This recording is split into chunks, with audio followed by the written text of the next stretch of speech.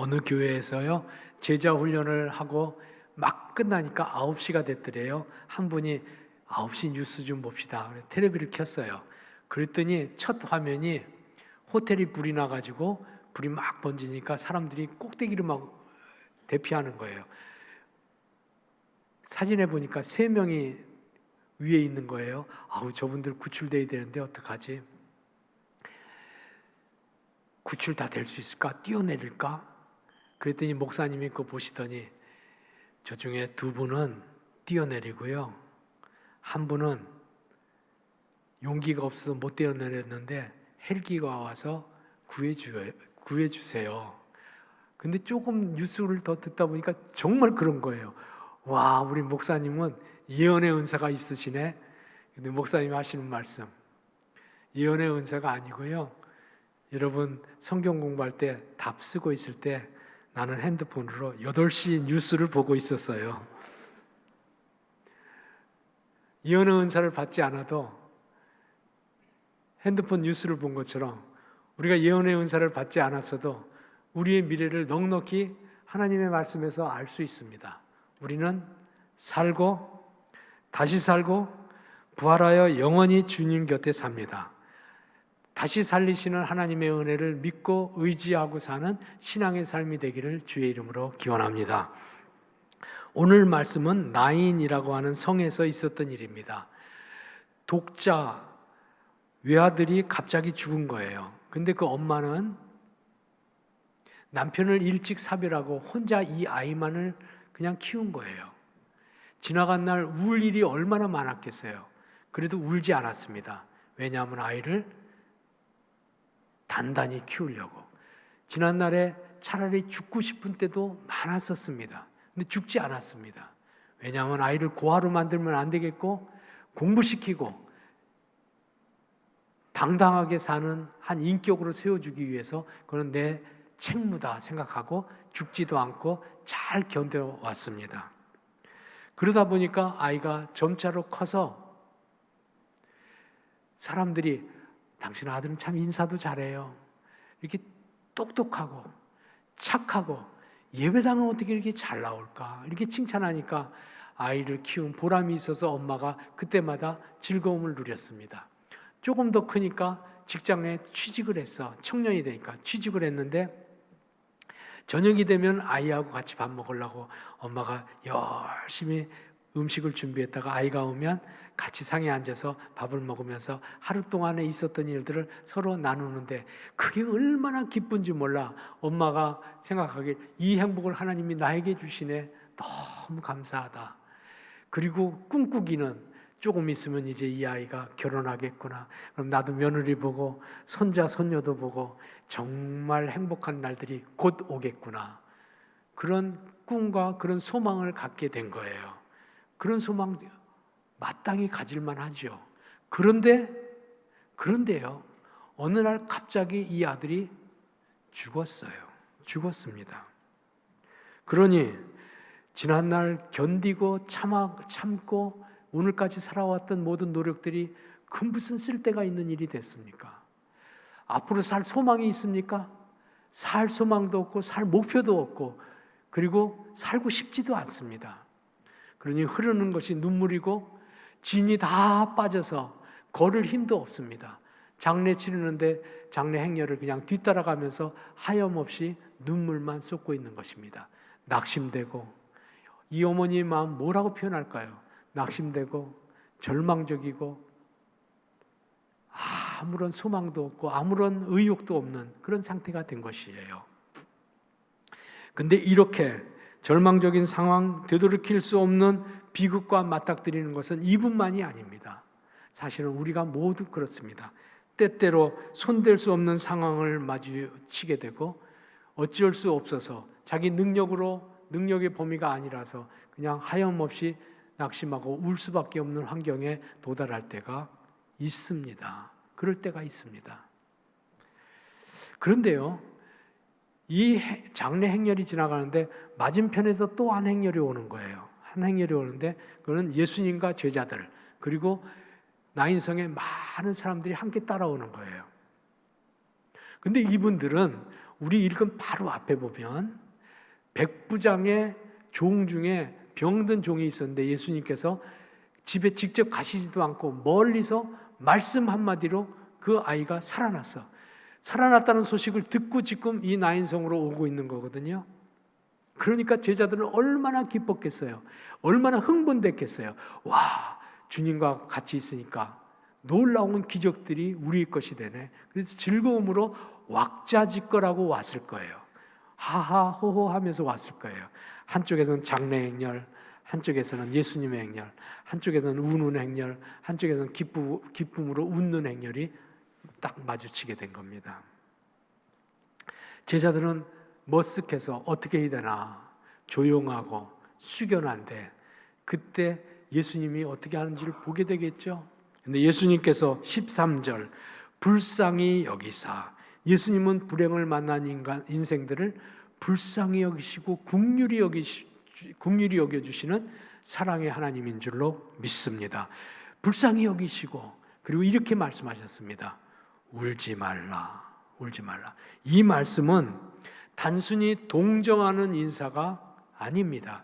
예수님이 이 말씀은 이미 다 지나가고 죽고 끝나버렸는데 어떡하니 할 수 없지, 현실을 받아들여야지 하고 합리적인 이해를 시키려고 해주시는 말씀이 아니에요. 아닙니다. 주님의 말씀은 언제든지 약속이에요. 울지 말라 하고 말씀하셨으면 울지 않게 해주겠다 하는 거예요. 다시는 너 울지 않을 거야. 다시는 눈물 날 일이 없을 거야 하고 주님께서 먼저 약속의 말씀을 해주시고 14절 가까이 가셔서 관 위에 손을 얹고 그 관에는 죽은 청년 아들이 모든 기관이 다 정지되고 차가워진 시신이 담겨있는 관입니다. 그 관 위에 손을 얹고 14절 청년아 일어나라. 사랑의 주님께서 손을 대시고 청년아 일어나라 하고 명령하시니까 지나간 날 광풍에게 명했더니 광풍이 잔잔해진 것처럼 죽은 나사로에게 명했더니 나사로가 베옷을 입고 일어나서 무덤에서 나온 것처럼 죽은 이 청년도 예수님의 말씀하시니까 창조의 주님, 태초에 세상을 지으시고 이 인생을 지으시고 청년을 지으신 주님의 말씀이 명령으로 전파되니까 빳빳해진 몸이 부드러워지고 식었던 혈관이 따뜻해지고 그리고 피가 멈추었다가 이제 다시 흐르기 시작합니다. 마치 단잠에서 잔 것처럼 아이는 관에서 일어나서 앉고 그리고 정신이 나서 어머니 품에 안겨지게 됩니다. 여러분 이 기록을 누가가 했다는 걸 기억하세요. 누가는 누구냐면 원래 지나간 날 예수님 따르기 전에는 하던 일이 의사였습니다. 그러니까 완전히 죽은 사람입니다. 장사 지내진 사람입니다. 굳은 사람입니다. 세포가 다 해체된 사람입니다. 끝난 사람입니다. 그런데 살아날 가능성이 1도 없는 사람인데 그 사람이 일어났습니다. 피가 돌고 살아나고 100% 살아났습니다. 청년이 살아났습니다. 의학적으로 완벽하게 회생된 것입니다 하고 의사인 누가가 증언하고 있는 것입니다. 청년이 살아났습니다. 여러분 예수님이 누구이십니까? 예수님은 본래 하나님의 본체이시나 하나님께서 사람의 몸을 입고 이 땅에 오셔서 예수님 우리와 함께 사신 분입니다. 이 땅에서 사신 분입니다. 뿐만 아니라 십자가에 못 박혀 죽으셨으나 3일 만에 다시 사신 분입니다. 다시 사셔서 제자들과 같이 사셨습니다. 그리고 부활하셔서 승천하시고 하늘나라에서 사시고 영원히 왕노릇하는 분이 예수님이십니다. 우리도 마찬가지입니다. 모든 믿는 자들은 주님과 함께 살고 죽을 위험과 같은 죽음과 가도 같은 일들을 만나게 됩니다. 그래도 다시 살아나고 우리가 훗날에 다 마지막 생명을 떠나서 주께로 돌아갈 것입니다. 하나님께로 돌아갈 때 주께로 돌아가서 하늘나라에서 주님과 함께 영영토록 거하고 하늘나라에서 왕노릇할 것이라고 하는 믿음에 견고하여 두려움 없이 떠날 수 있는 믿음을 갖게 해주시려고 주님께서는 우리 가운데 오셨습니다. 주님을 믿는 믿음, 살고 다시 살고 영원히 사는 약속을 견고히 의지하는 믿음을 갖게 되시기를 주의 이름으로 기원합니다. 믿음이 다시 살게 만듭니다. 세상은 질병, 고통, 수고, 시련들이 많고도 많습니다. 본래 이 땅이 그런 곳입니다. 가시덤불과 엉겅퀴가 가득한 곳이 이 땅입니다.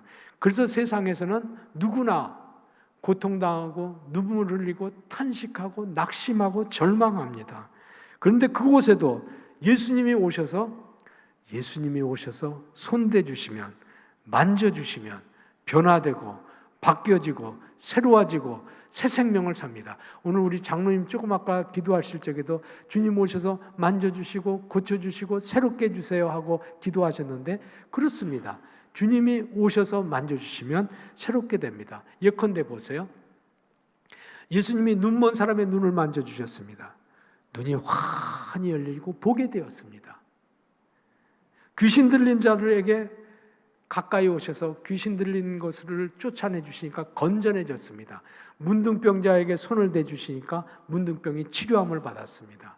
밤새도록 고기를 잡았으나 아무것도 잡은 것이 없는 실패 인생, 물고기 한 마리도 잡지 못한 실패 인생을 주님께서 손대 주셔서 깊은 곳에 그물 던지라고 합니다. 깊은 곳에 그물 던졌더니 그물을 들 수 없을 만큼 만선으로 그 인생이 변화되었습니다. 그래서 다시 살고 새로워져서 살고 주님의 제자로 삽니다. 어떤 사람들은 세상에서 죄악 가운데만 살던 사람들, 세리, 창녀 같은 사람들도 변화되어서 다시 살고 새 사람으로 살게 됩니다. 그 증거가 아주 단적으로 증거가 예수님의 제자들입니다. 예수님의 제자들은 여러 직업을 가졌던 사람입니다. 어떤 사람은 어부였고, 어떤 사람은 세무사였고, 어떤 사람은 의사였고, 여러 직업을 가진 사람이었습니다만 주님을 따르기 시작하면서 그 직업을 다 내려놓고 새로운 삶, 다시 사는 삶, 영원한 삶을 누리고 전파하고 증언하고 사는 사람으로 인생이 가치 있고 존귀하게 바뀌어졌습니다. 주님의 제자로 바뀌어졌습니다. 주님을 따르면 주님께서 그 인생을 손대주셔서 바꿔주십니다. 사랑하는 여러분, 그러면 누가 다시 살아나고 누가 새로운 사람이 되고 누가 주님의 만져주심을 경험하는 사람이 되고 그리하여 새 존재로 변화되는 것입니까? 예수님이 만나주시는 사람은 따로 있지 않습니다. 예수님은 누구도 구분하지 않고 다 만나주셨습니다. 누구라도 만나주시고 누구라도 거절하지 않으셨습니다. 그런데 자기 의로 가득한 사람, 자만심으로 가득한 사람, 주님이 곁에 계셔서 말씀하셔도 거부하는 사람, 멀리하는 사람,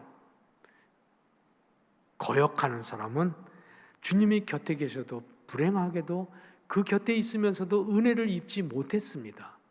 그런데 놀랍게도 주님의 그 새롭게 하시는 놀라운 은혜를 입은 사람들은 하나같이 성경을 보면 제일 먼저 은혜 입은 사람은 약한 사람, 병든 사람, 버림받은 사람, 울 수밖에 없는 사람, 상한 심령을 가지고 탄식하고 엎드린 사람, 그런 사람들이 주님이 가까이 오실 적에 주님께 더 가까이 가고 주님이 은혜 베푸시는 손을 내미실 적에 그 손을 붙잡는 사람 되어서 그래서 은혜 있게 되어서 회복되어지고 일으켜지어지고 새롭게 되어지고 살려내지게 된 것입니다. 주님을 가까이 하게 되기를 주의 이름으로 기원합니다.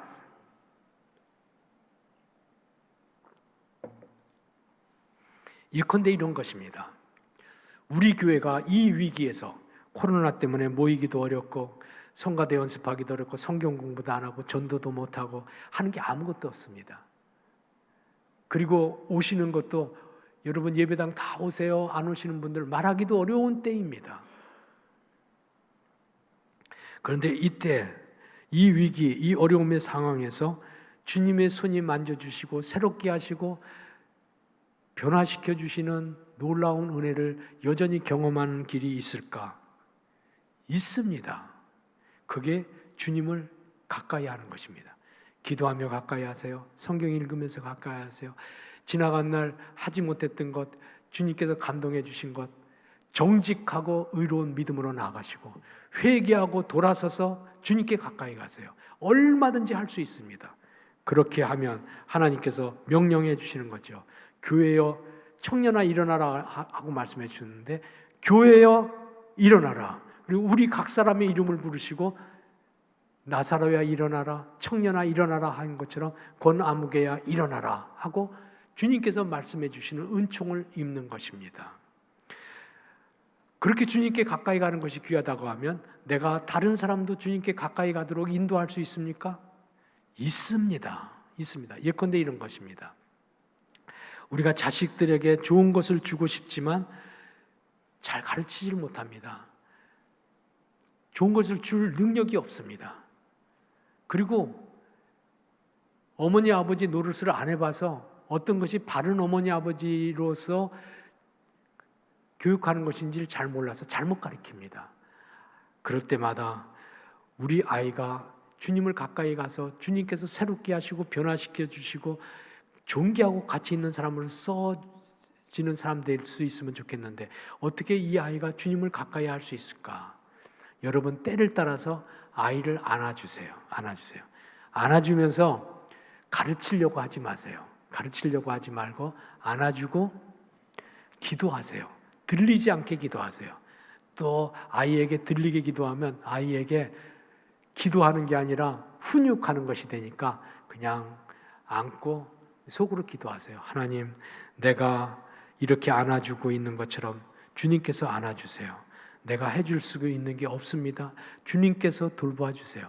내가 간절히 소원하는 것은 이 아이를 가까이 해주세요. 그리고 이 아이의 마음속에 오셔서 주님 가까이 오셨을 적에 주님을 가까이 하는 사람이 되게 해주세요. 그렇게 기도해 주세요. 때가 이르면 주님께서 그를 가까이 와주시고 그의 마음속에 주님을 가까이 하는 심령을 불러일으켜 주셔서 주님의 손을 잡게 하시고 주님을 만지게 하시고 주님께서 그를 다스려 주셔서 청년아 일어나라 하는 것처럼 존귀한 사람으로 바뀌고 가치 있는 사람으로 바뀌고 새 인생으로 바뀌고 주님께서 이끌어 주시는 새 삶으로 나아가게 됩니다. 주님을 가까이 하게 되시기를 주의 이름으로 축원합니다. 사랑하는 여러분, 나인성 가부가 사랑하는 아들이 죽어서 세상에 낙심하면 이렇게 낙심할 수 있고 세상에 진이 떨어지면 이렇게 떨어질 수 있었겠습니까? 그런데 주님이 가까이 오셨을 적에 그 곁에 있었던 이 어머니는 은총을 입어서 아들이 살아났습니다. 얼마나 기뻤을까요? 지나간 날도 아들과 함께 산 날이 기뻤지만 생명 갖고 사는 날들이 이렇게 즐겁고 이렇게 축복된 일인지는 지금 다시 알았을 거예요. 10배나 100배나 생명을 가지고 사는 것이 귀하고 축복이라는 걸 알았을 거예요. 두 번째로는요, 그 아들이 살고 난 다음에 이 아들을 살려서 보내준 주님이 너무 감사해서 주님을 증언하고 살고 아들도 마음껏 나는 죽었던 사람입니다. 그런데 주님이 나를 살려내 주셨습니다. 이것보다 더 급하게 할 일, 더 긴히 전할 소식이 뭐가 있겠습니까? 전하는 사람, 복음 전하는 사람으로 가치 있고 존귀하게 살게 되었을 것입니다. 뿐만 아니라 더 귀하고 큰 축복은 마지막 날에 이분들도 다 세상 떠났겠죠. 마지막 날에 세상을 떠날 적에 살려내신 주님을 기억하면서 죽고 다시 살고 영원히 사는 것이 확신이 들고 그리고 그것이 너무나 기쁜 기대가 가득한 일이 되어서 그래서 하나님 나라를 감사함으로 들어가게 되는 믿음의 사람, 큰 믿음의 사람이 되었을 것입니다. 사랑하는 여러분, 고난 중에 있습니까? 오늘 말씀은 주님을 가까이 하세요. 주님을 따라가세요. 거짓된 삶을 내려놓고 회개할 것을 회개하고 하나님 나라만을 바라보는 믿음. 그래서 하나님 나라가 그렇게 소중하기 때문에 하나님 나라를 한 영혼에게라도 선물 주고 싶어하는 마음으로 복음 전하는 사람으로 주님의 제자로 사는 주께 가까이 가는 사람의 축복을 얻는 사람이 되기를 간절히 기원합니다. 오늘은 말씀 중에 제 얘기를 조금 하는 것을 너그럽게 여러분 들어주시기 바랍니다. 전전주일에 제가 교회에서 휴가를 내고 병원에 입원해 있었습니다. 그리고 몸에 조직 검사를 했었습니다. 그리고 엊그저께 제가 그 결과를 얻었습니다. 결과는 의사 선생님께서 저를 암이라 그럽니다. 그리고 전립선 암인데 장기로 전이가 됐다고 합니다. 그런데 암이 얼마나 몸속에 퍼져 있는지는 자세히 알기 위해서 자세한 검사를 2가지 더 해야 되겠으니 그 2가지 검사를 2주간에 걸쳐서 하고 9월달 다시 만나기로 하였습니다. 그리고 저는 호르몬 주사를 맞고 그리고 항암약을 복용하고 있습니다.